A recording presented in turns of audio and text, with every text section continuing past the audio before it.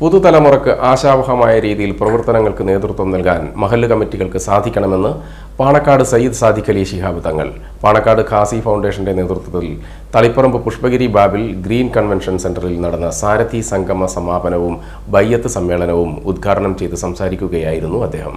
സംഘാടക സമിതി ചെയർമാൻ അബ്ദുറഹ്മാൻ കല്ലായി അധ്യക്ഷത വഹിച്ചു. കണ്ണൂർ ജില്ലയിലെ 40 മഹല്ലുകൾ കൂടി സാദിഖ് അലി തങ്ങളെ ഖാസിയായി ബയ്യത്ത് ചെയ്തു. സയ്യിദ് തങ്ങൾ അൽ മഷ്ഹൂർ സാദിഖ് അലി തങ്ങളെ ഖാസി വസ്ത്രമണിയിച്ചു.